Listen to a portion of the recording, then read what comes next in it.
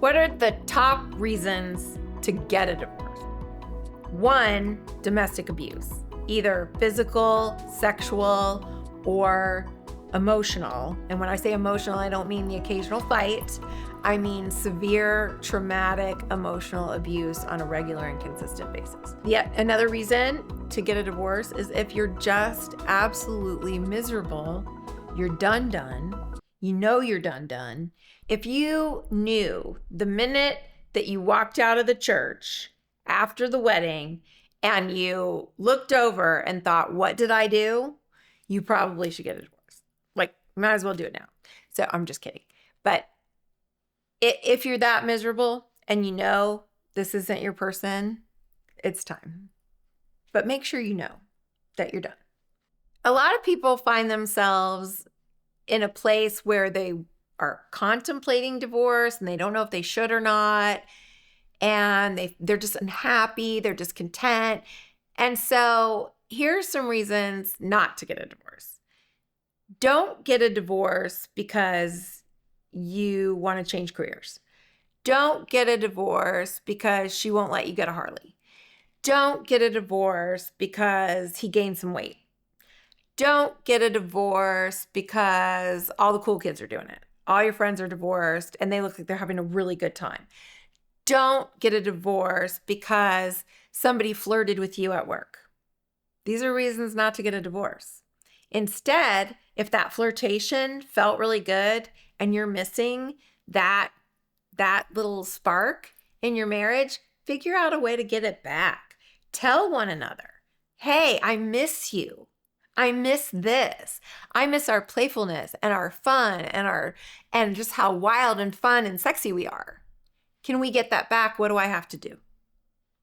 So, better alternative than get the divorce. Sometimes people come to me and I divine that they are not really ready for a divorce. You're not done. Yes, you're miserable. Yes, you're living like roommates in the same house and you hardly even see each other and you're just like ships passing in the night. This is a ghost of a human that you're living with, yada, yada, yada. But you love each other. It's still all there. And so the question I always ask in a consultation with someone who's in that place is, what have you tried? Have you gone to a therapist, a couples therapist? Have you tried any kind of marital retreat where you learn some skills and a new way of seeing one another from a different perspective? Have you tried working with a relationship coach? Coaching, remember, is very forward-looking. Therapy is backwards-looking a little bit. We're going to go look at your childhood, yada, yada. Instead, what if you've got a coach who's saying, well, what do you want this marriage to look like? So I highly recommend marriage coaching or relationship coaching as an alternative. There's also, the opportunity to separate from one another for a period to see if some time away heals it a little bit. In Florida, there is no such thing as legal separation. So if you're going to go the route of, each taking a breather and going to your separate corners and living in separate space for a bit to see if you can figure it out, like maybe you're a little lost and you need to find yourself so that you can be present for the other person, great. But just remember that the court isn't going to recognize that. So unlike other states where you have to be legally separated before you can get a divorce. So those are some options. And then I'll just do some really good reading. There's some great books. If you want some recommendations for some great marital resources to help you keep this together instead of blowing it up, I am happy to provide that too. Just set up a consultation and we can talk it through. If I could make one single recommendation for what every single person needs to think about hard before you retain a lawyer and start the divorce proceedings, it would be this. What am I going to do to leverage the particular expertise and skill set of my lawyer so that I am optimizing their brilliance in the course of my divorce rather than just running up a bill? How am I going to communicate with my lawyer? What types of things am I going to communicate with my lawyer about?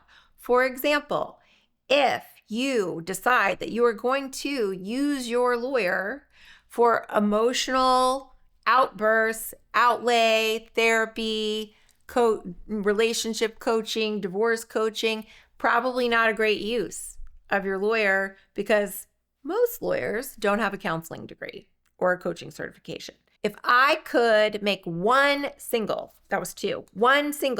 recommendation to anyone who is about to embark on the divorce process about, hey, think about this before you even meet with a lawyer, this is what I would tell you.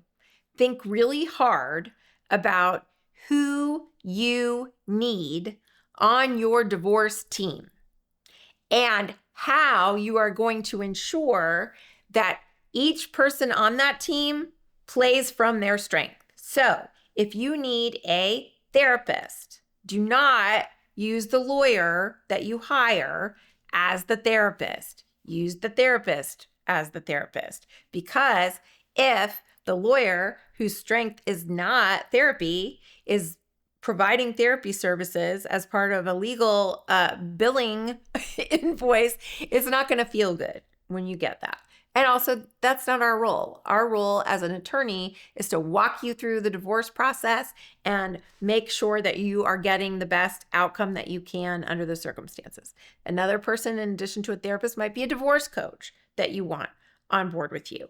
Another person might be an accountant that's going to help you walk through all of your financials, while the lawyer can help you with that from a mandatory disclosure perspective, and that we have to look at what's the financial picture of this marriage. You may also want to have an accountant look at this to say, well, what are the tax ramifications of any equitable distribution? How are you going to manage this money when you're on the other side of this, etc.